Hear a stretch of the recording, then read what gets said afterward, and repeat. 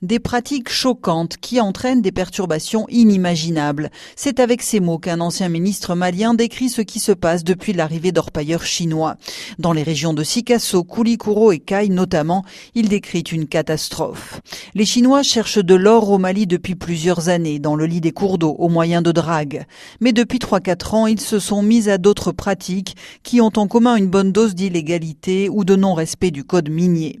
Certains auraient ainsi conclu des accords localement pour acheter des terrains et creuser comme ils l'entendent sans déclarer aucune activité. D'autres se sont associés à des Maliens titulaires de permis d'exploration et sous cette couverture, ils se lancent directement dans l'exploitation. Résultat, ils ne payent pas les taxes prévues par les textes et ne respectent pas non plus les normes environnementales. Administrativement, ils ne répondent à personne, résume un de nos interlocuteurs. Ce n'est même plus de l'orpaillage, dit un expert, mais des exploitations semi-industrielles très mécanisées. Aucun chiffre n'est à ce jour disponible pour évaluer la quantité d'or produite illégalement par ces exploitations et le manque à gagner pour l'État.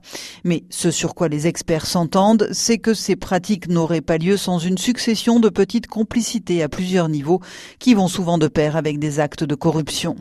Le problème aujourd'hui, c'est que personne, y compris le gouvernement, ne semble pouvoir mettre un terme à ces exploitations.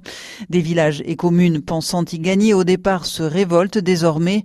Ainsi, le mois dernier, les habitants de la commune de Narena, au sud-ouest de Bamako, ont demandé le départ des Chinois qui n'ont pas honoré leurs engagements et dont la présence a provoqué des tensions locales.